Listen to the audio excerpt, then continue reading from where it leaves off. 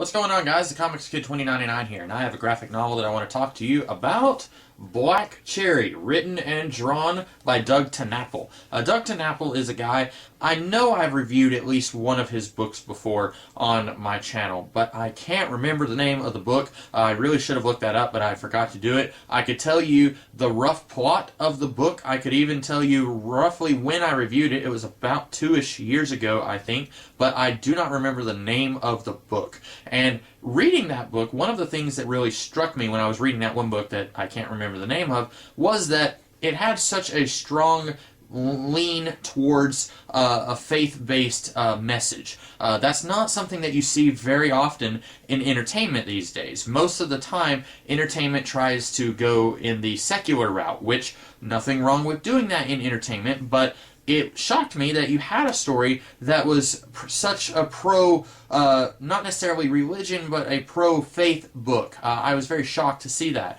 And this book, also by Doug TenNapel, is another one of those kind of pro-faith books, but it's also very strange because it is an extremely, it's not something that if you read it, let's say if you read just a few snippets of this book, you definitely wouldn't think that this is a very faith-based story. And Doug TenNapel does a foreword at the beginning saying that he doesn't like to try and exclude religion from his stories because if you survey most people in the world, he says that 90% of people believe in a God of some kind. I'm not necessarily sure if those statistics are actually accurate, but that's what he said. And so he says it feels false to try and take religion or faith out of the stories that he writes. And so this is another one of his faith-based stories. And I didn't have a problem with that. But then he said, on the same hand, it feels false when you're doing a story about a mobster and the mafia to have them not use a lot of really foul language. And there is a lot of really foul language and really graphic stuff going on in this book.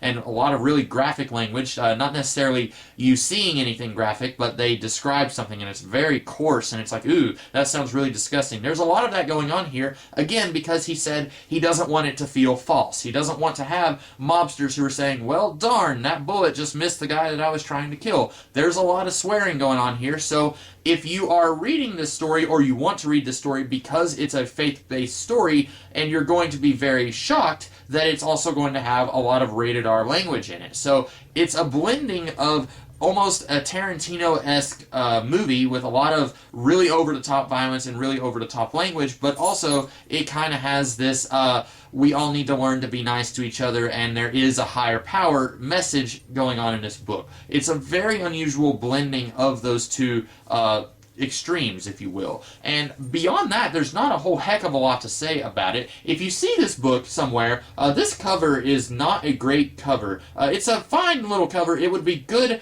as an alternate cover. It kind of looks like it's one of those, it's paying homage to like an EC Comics cover from the 1950s, like the, what do you call it, Tales from the Crypt. It kind of looks like it's paying homage to something like that, but it doesn't really capture what's going on in the story. If you look at this cover, you really have no idea what is going on here, even with this little caption on the book, a lurid tale of sex, violence, and the supernatural. That still doesn't really tell you a whole lot of what's going on. Basically, this story is about this guy here. His name is Eddie. He's a mobster, and he owes his boss a lot of money. His boss doesn't even know that he is owed money. And then he is contacted by a rival boss who says, listen, your boss has a body in a body bag. I want you to steal that body for me, and then I will cover your debt. And then he steals the body. He finds out that it's actually an alien. The alien was actually part of a Catholic church that was nearby, and it turns out the Catholic church had raised Eddie after he ran away from home. And it's a really complex story. It involves a demon who's trying to capture the alien. Basically, the alien is a sort of MacGuffin.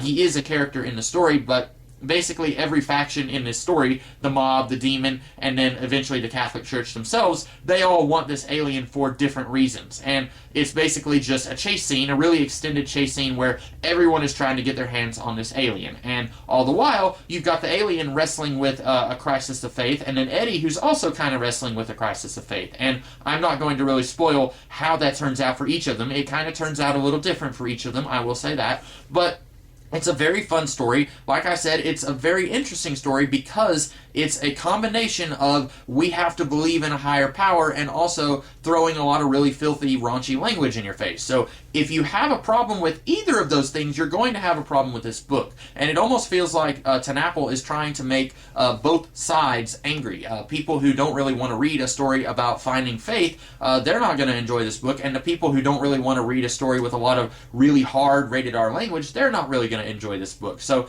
it really feels like it's trying to alienate both of those camps of people. And so there's a very slim group of people who will actually enjoy this, I think. Or maybe I'm way off base. Maybe there's a lot more people out there who don't mind reading stories about finding faith, and there's a lot more people out there who don't mind the hard language that is present in this book. If that's true, then there's a lot of people out there who would enjoy this if they knew that it existed.